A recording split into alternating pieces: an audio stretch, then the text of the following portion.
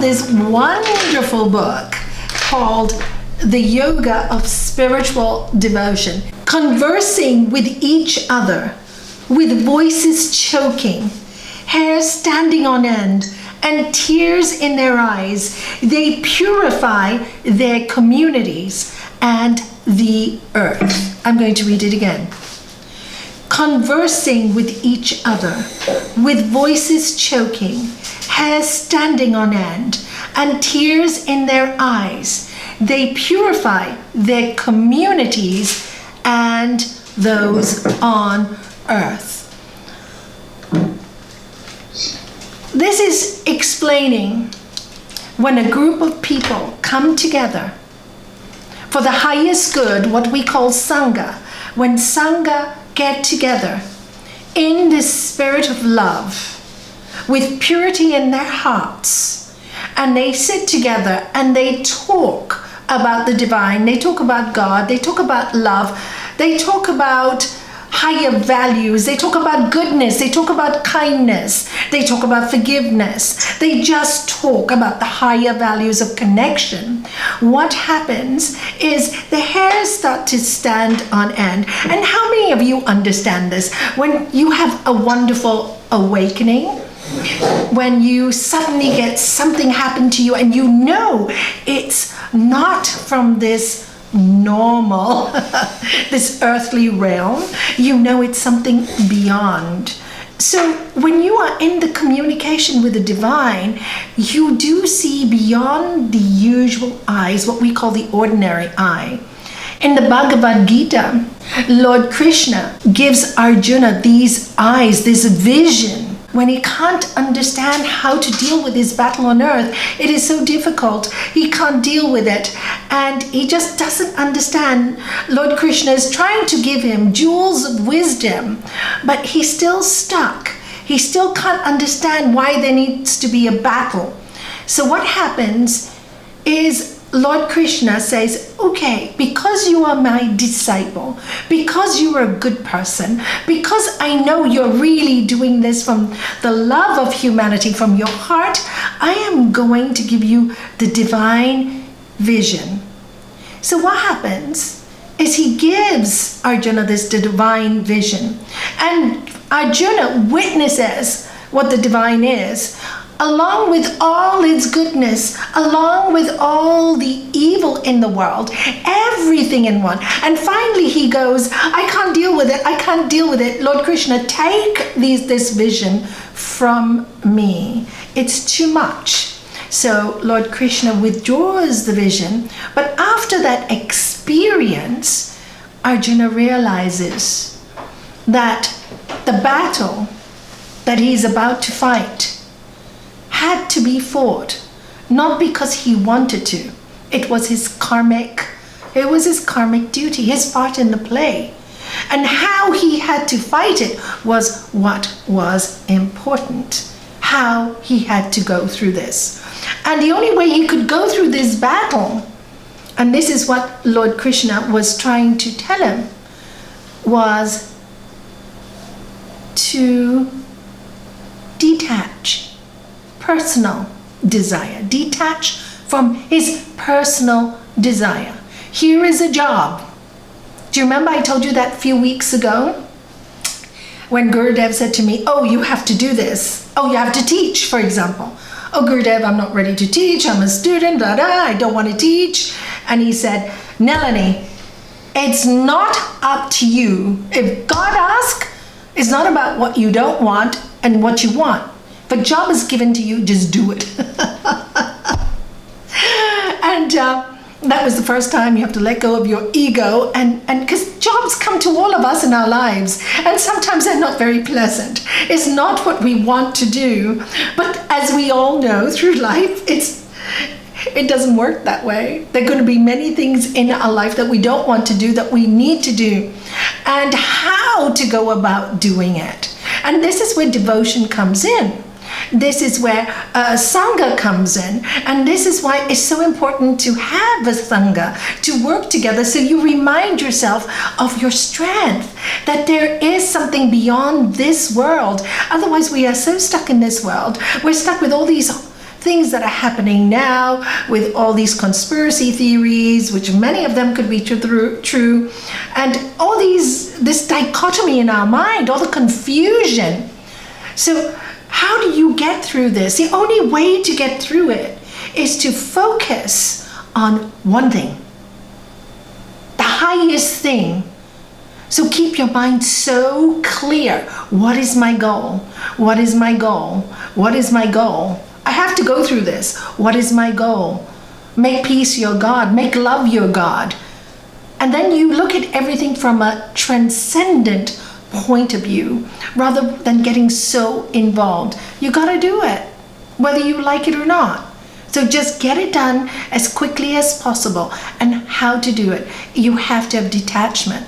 It's kind of like if you watch a movie and you go to the cinema. Why do you go to the cinema in the first place?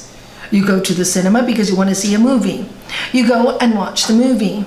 It comes to a part where maybe the heroine dies.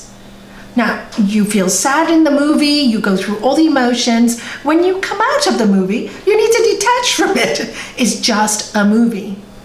And it's kind of like, I think of this because when I was younger and first married, I was very sensitive and used to cry about everything. So I'd go to a sad movie, and after the movie I would cry, and my husband would tell me, I don't know why you are crying. The actors and actresses are having champagne in a party and you sit here and cry? It's only a movie. Of course our life feels so real. Everything feels so real. So it's hard. It's very hard for the human mind to think about life as a movie. But when one focuses on God, the divine energy, the love from the heart, when we focus on that and are passionate in that goal, it is that will save us from the atrocities of the world. It will save us from our fears, from being disconnected. And all the greatest yogis, if you look at every tradition, they've all said, the easy path is fall in love with God. Whatever God is to you, whatever God is to you. Sri Patanjali tells us you can choose any form that raises you up. And this is how life becomes easier. And this is why Buddha says, you need a Sangha, you need a teacher, and you need the practice. We need all three in life. If you have all three in life, you get through this life. St. Paul, all of you know St. Paul, they always use what he says at weddings. Love is what keeps you together. Love, ring gongs of love, bells of love. And that, at the end, it is what will see us all through this life, this love.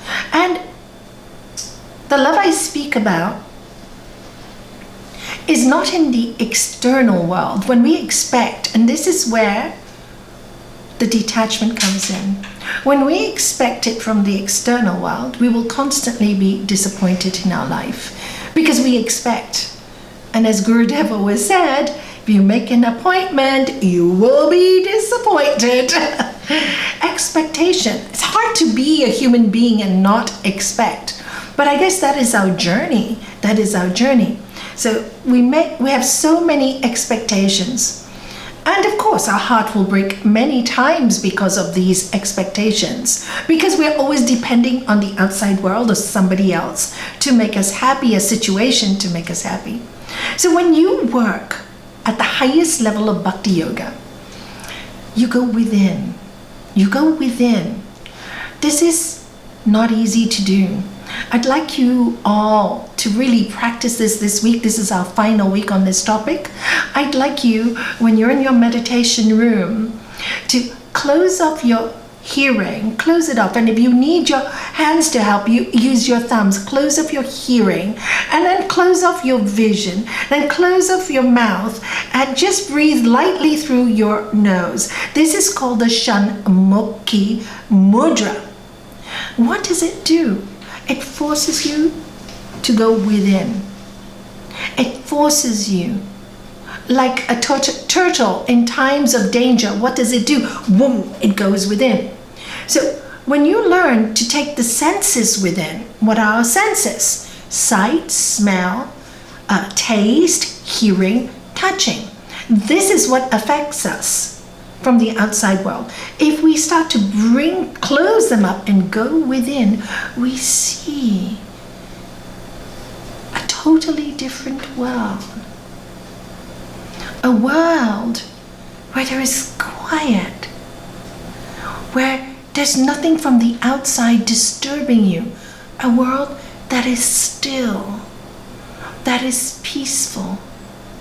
And when you dive into that world again and again, day after day after day after day, yes, you think sometimes you're never going to get there, but please be patient. When you dive into that world, you will experience many transformations in your own character.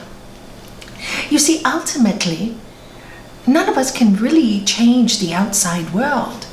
All we can do is change our inner world. And when we change our inner world, our lenses will see things differently. And when we go into the inner world, and we fill that inner world with love, that will become our reality. It will become our reality. We have that choice. We have that freedom. This is why love, all of them, all the great saints, Saint Teresa of Avila was madly in love with Lord Jesus. Every time that when she passed the room and saw his face, she would, his photograph, she would levitate.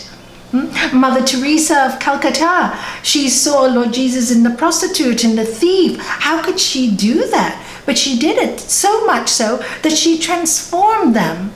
So we're not all great saints. So it's not easy to do. But what does happen with the practice of going within is we get stronger and stronger. Our will gets stronger, and our desire changes from desires of having things from the outside world to one passionate desire to know God, to find the realm of peace. And that passionate desire, that one desire, overrides all the other material and physical desires. So when you get so strong and so passionate in the practice, then the rest fades into the background. You know, somebody shouts at you and it's okay, that's their problem. You become strong in your inner world because you spent time in your inner world. You spent time with your spirit. You spent time with that which never dies. I mean, this is the whole scripture of every religion. We don't die. We are consciousness. We come from it and we will go back to it. We are just Maya and illusion. Every tradition tells us this. But being in an earthly body, we forget. Again, we forget daily. We forget many times in a day. But when you remind yourself constantly, then you never forget. Once you have an awakening, once you have an experience, you will never forget. The journey is not easy. Please understand, it's not easy. But once you start, you can never go back. You just can't. You try to say, tomorrow I'm not going to be like this anymore. You can't. You're caught. You go. And it's always, I mean, if you look at all the films, all the heroes or heroines have to go through so much hardship before they get the prize. But what is this hardship? It builds up self-respect. It gives you power. It gives you energy. And the amazing thing when you go through this hardship, there comes a point when you realize that you really are never alone. You really are never alone. And there's a greater consciousness that connects us all. In the Bhagavad Gita, Lord Krishna explains to Arjuna, he said, if you can imagine the string that holds a pearl necklace, one necklace, all the beads are different. One string holds us all together.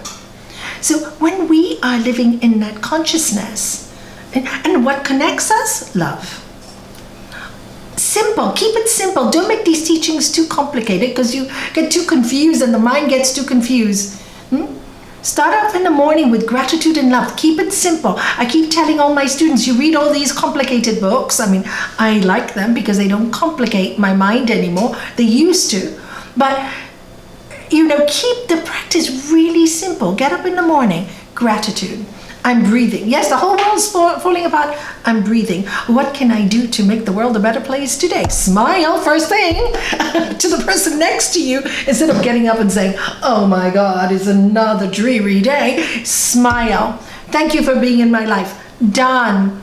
Okay, what do you have to do? Go cook something you don't feel like cooking? Don't cook. Just say, I don't feel like doing it today. Have a simple toast, have whatever. Don't complicate your life. Keep it simple. Why do we complicate it? Guilt. What I have to do, what I should look outside to the world. I have to be better than everybody else. If you are doing it for that reason, there's too much attachment in it. If you do it for the sake of life, I'm so excited to make you a cup of coffee, then there's no attachment to it. You see, because it comes from a place of love. I'm so excited to make you a good meal. It's always coming from love. If you practice everything coming from love and what you don't love, just do and try to do mantras while you are doing them. Otherwise, if it is not necessary to do something you don't love, don't. Simple. Keep it simple. We are always like so much guilt. I know people who've been in jobs that they have hated for years and years and years and years. They get sick and they'll say, I stayed in the job because of the money. In the end, they spend all their money on therapists and doctors. What is the point? What is the point? They've wasted 25 years of their life, and in the end, all the money is gone anyway. You're young. Sometimes we need to, as spiritual people, same with our spiritual journey. You got to take that risk. You got to make that leap of faith. Doubts is what will hold us down. I doubt this. I doubt this. You can doubt for the rest of your life. Where is it going to get you? So in the beginning, when you start any path, especially the spiritual path, ask hundreds of questions. And then one day, stop. Once you get that awakening, don't keep going on the same questions because you'll fall. Once you got it, get your practice going. Be strong every day and tell yourself every day in every way I'm stronger and stronger. Every day in every way I'm getting closer to the divine. Every day in every way I am happier. I am happier. I am better. Thank you, thank you, thank you. But you got to know it. You got to feel it. Don't just say every day in every way I'm getting better and better. But this, and then your mind's going, I don't really like this. And constantly judging. You see, when we start on the spiritual path, this is one of the dangers you have to watch for. Because in the beginning you start with a lot of enthusiasm, then suddenly you're watching people practice around you, and then you're starting comparing yourself to other people. You want to be better than some other people, or other people are faster than you. Then you develop jealousies. That's the antithesis of spirituality. Antithesis. There should be no jealousy. Watch your mind. What is going on? Are you judging? Are you watching? Are you doing this? Watch your mind. If you are, start repeating the mantra. Start doing more things like singing. Start doing hobbies that take you away from this. Painting, or if you love computers, whatever you love, start taking those things out. And take your mind away from judging people. If you find yourself judging all the time, and in the spiritual path, I have met so many people like that all my life, and the jealousies. And I go, how can you be on this path if you're jealous? The whole idea is to transcend this. You should be happy for other people's growth. And when you get their blessings, you will grow. The more you are happy for somebody else, the more you become happy. The more you grow. The more you fill it up with love. But the more you are judging and looking, she can't be a good person because she's doing this. What is your mind as you think so? You know the answer. So you become. You become. So watch this mind, fill it with love. That's why love is so beautiful. That's why I love music, and I love watching music videos. Thank God I've got a partner who loves music. This morning, first thing in the morning, he put on Enya. Have you, any of you heard her music, Enya? Yeah. Well, please do, because it's beautiful. It's absolutely beautiful. And or we put on Deva Premal, or we listen to a talk. But music, if you look at all these music videos, got millions of hits, because music does, we are made up of music. So these are the simple things you can do to help yourself. Please remind yourself, the practice, keep it simple. Keep it simple. Too complicated, you don't want to do it. You get stressed out. You'll start to judge yourself as well. I meditate, why am I not getting better? Trust you will. It is like this, it's like a graph, but it's constantly going upwards. Trust me, I've been doing it for 30 years. And this joining of higher thinking is what we need to remind us of this level, right?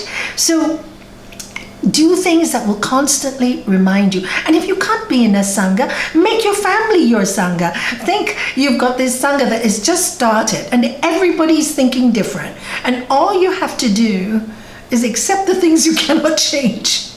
It doesn't mean you have to like them, just accept them.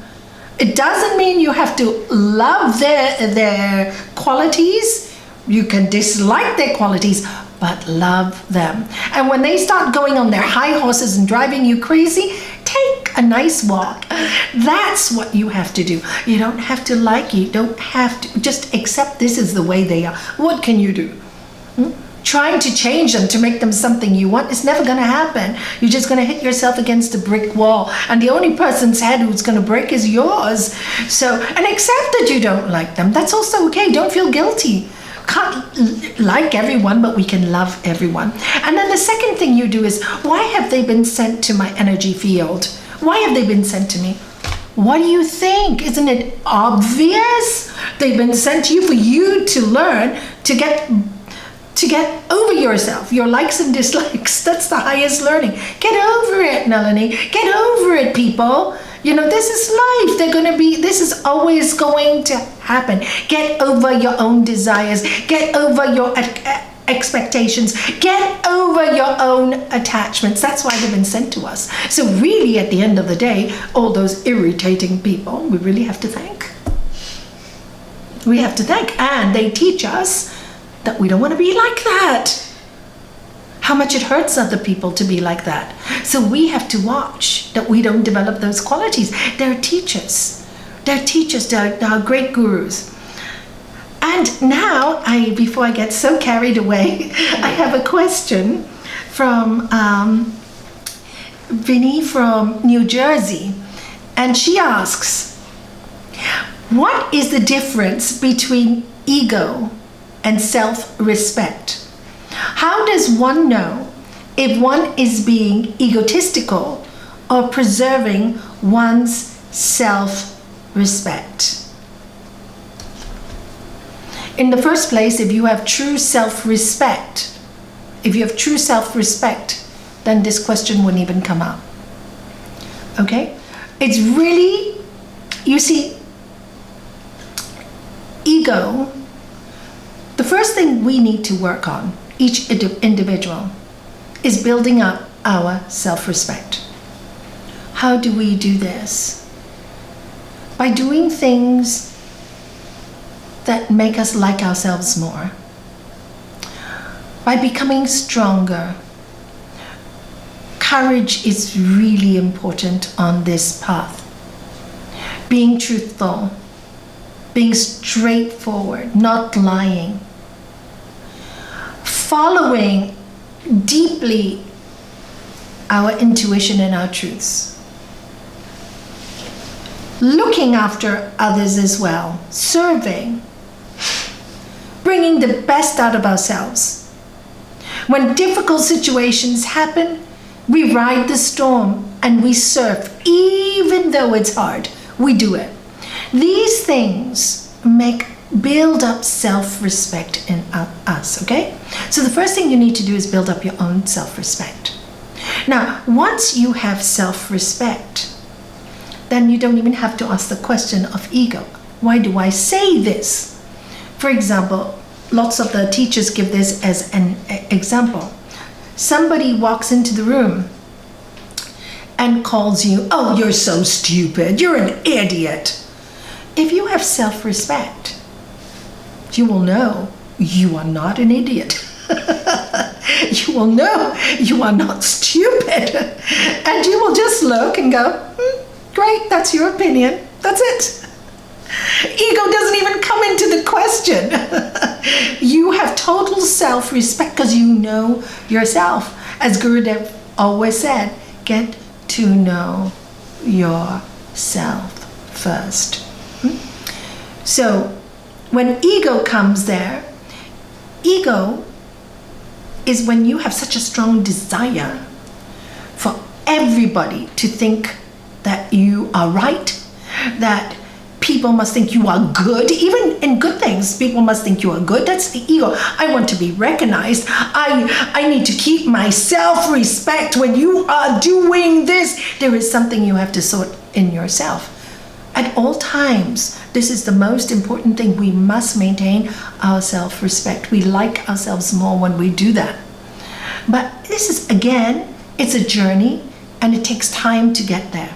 So what do you do in the interim, in between, when you are not there yet? And how do you deal with that? This is the difficult time, okay? So know your goal is eventually develop self-respect. Now, the next thing you do is, how do you know if it's ego or self-respect? You don't. You learn. You practice meditation every day, and you start to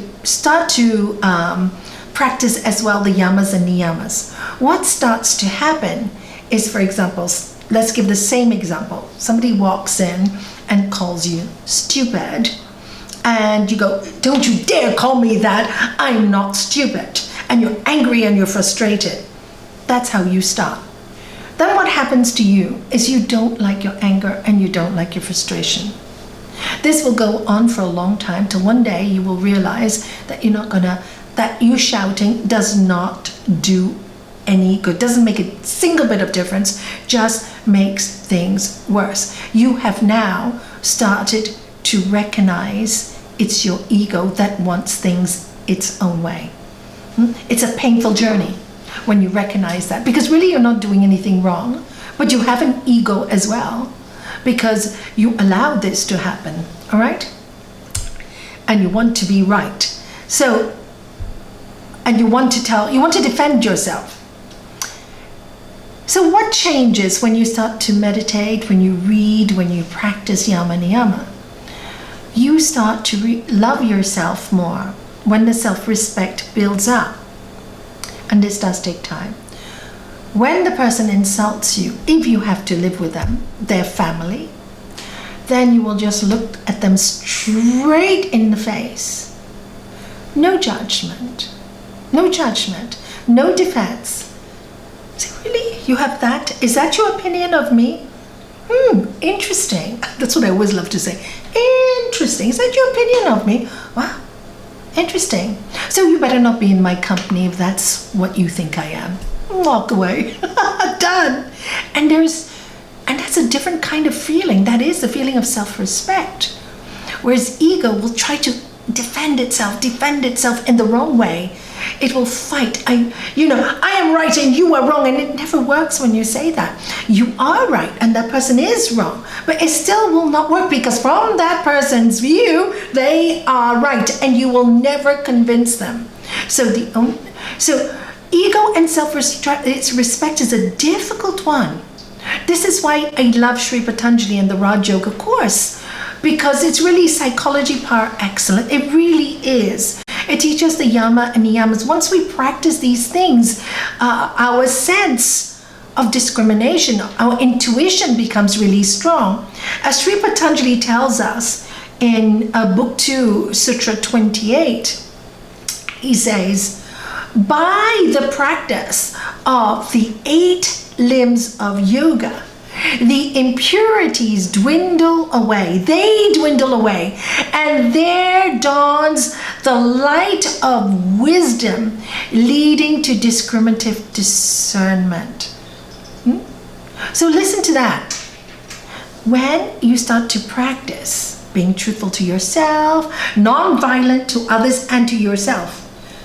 Okay, this is really important because many of the patients I see, they're very violent to themselves. They're constantly saying, I'm not good enough, I'm not this. And I go, how can you start the slate? You believing that. So let's stop all this nonsense. That's violence to yourself. You have no right to speak to yourself like that. You don't even belong to you, belong to the universe. You are a child of God. How dare you insult yourself? You are not those things. These are things that society has taught you, and it's not truthful. It's a lie. So this is where we start by being truthful. Who am I really? Who am I really? And I really think that we all need to think that we are children of the divine energy from consciousness, God, whatever you want to call it. Really, I don't want to fuss about words, but to me, it's a God of love. And to that parent, we're all love. And we insult our spirit. We insult our spirit when we put ourselves down constantly. Just as we insult our spirit when we're arrogant and we think we are better than anybody else. We're all, remember the little pearls on the necklace. We just have to develop those pearls. And this is the path of yoga. So by the practice of the 8 limbs of yoga, the impurities dwindle away. When they dwindle away, what happens? There dawns the light of wisdom. Dawns. Where is it dawning from? You tell me. Your inner world. It is dawning from you.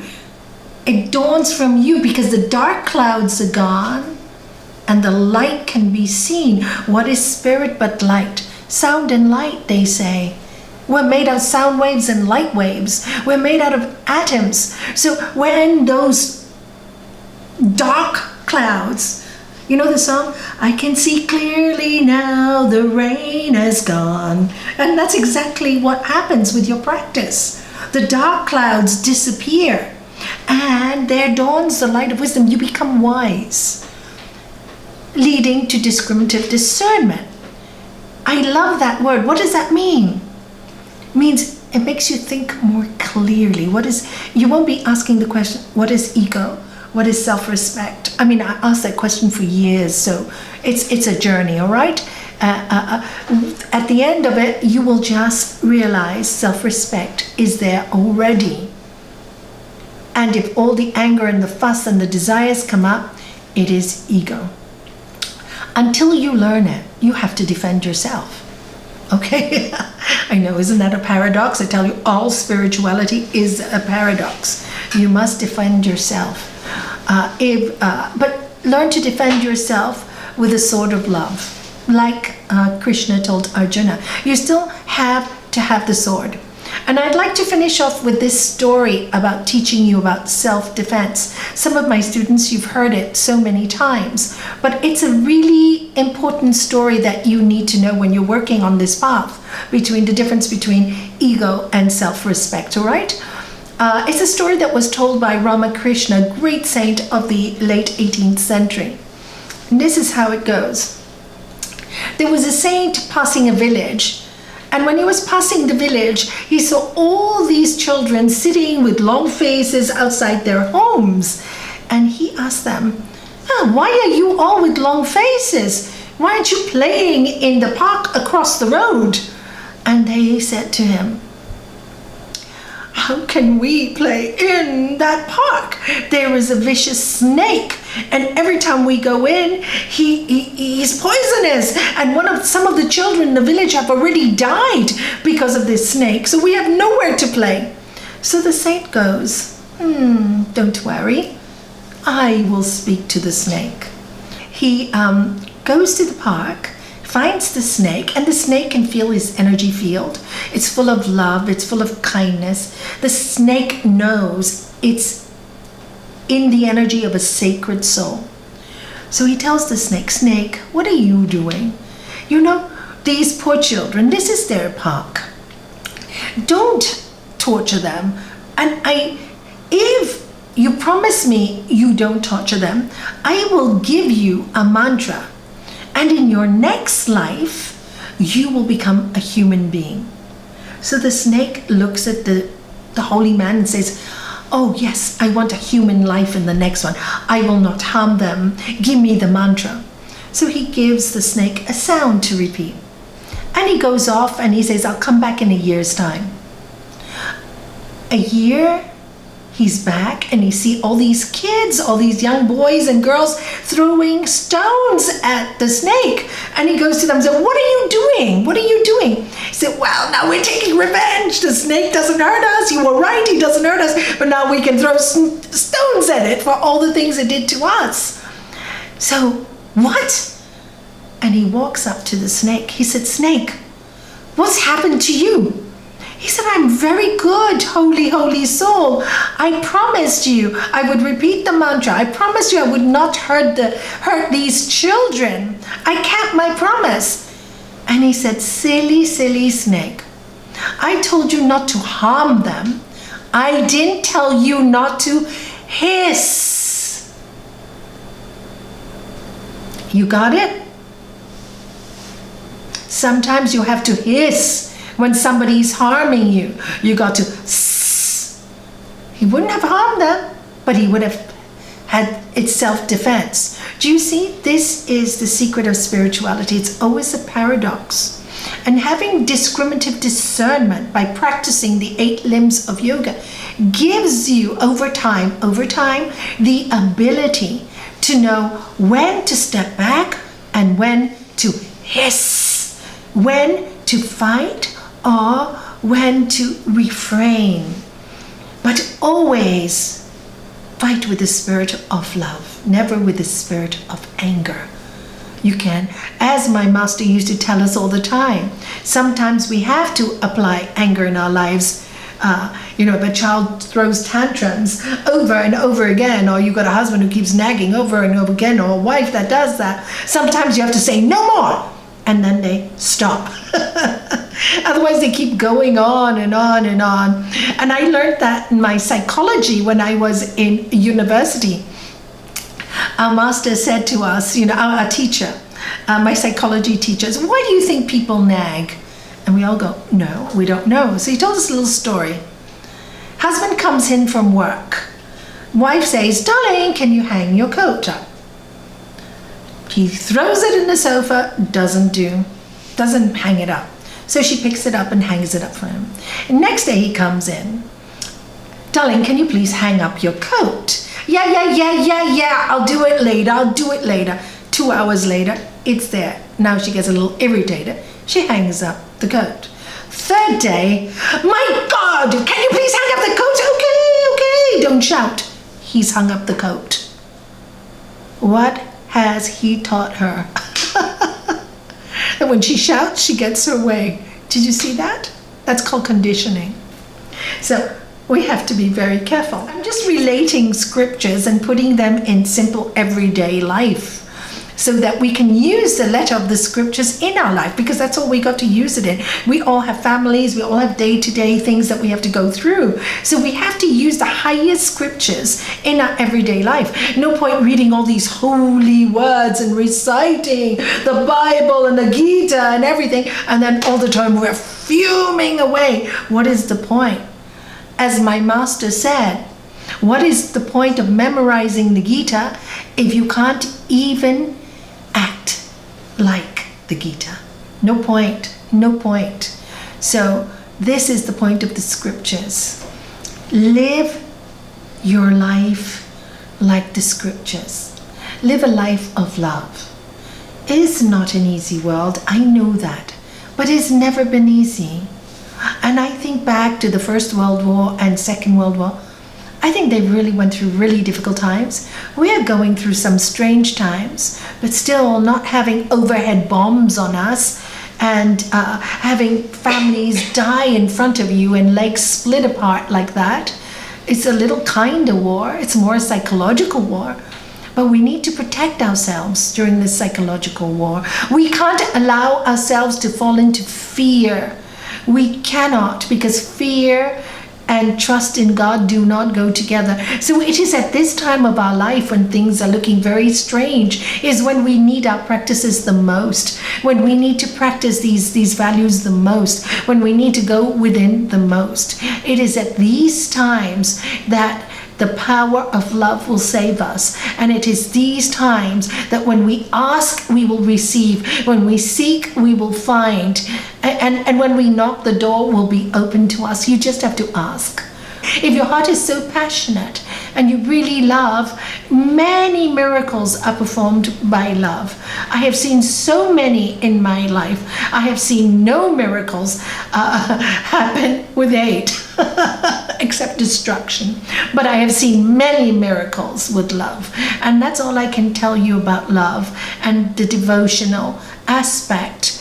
And this is why when you have a devotional aspect, be it Lord Shiva, Lord Jesus, or like Barbara said, in her case, unmanifest everywhere, then this is what you focus and just send your love out. And if you see it unmanifest everywhere, then the first place you start to see it is in your family, because that's why you were given your family. How can you react? And if it is really destructive, then save yourself. Save yourself. You don't have to destroy everybody's life. If it doesn't work, it doesn't work. Sometimes things have to be changed. And this is where discernment will help you to know when to do what. No guilt, no fear, no worry, no anger. Very clear. This is what I must do. Then it's not ego. It's coming from a place of self-respect. Clear, clean, pure lines. I am not doing this to hurt anybody or because I want anything. It's just the way it is, and it's not working. Done. And walk away. Every situation is different.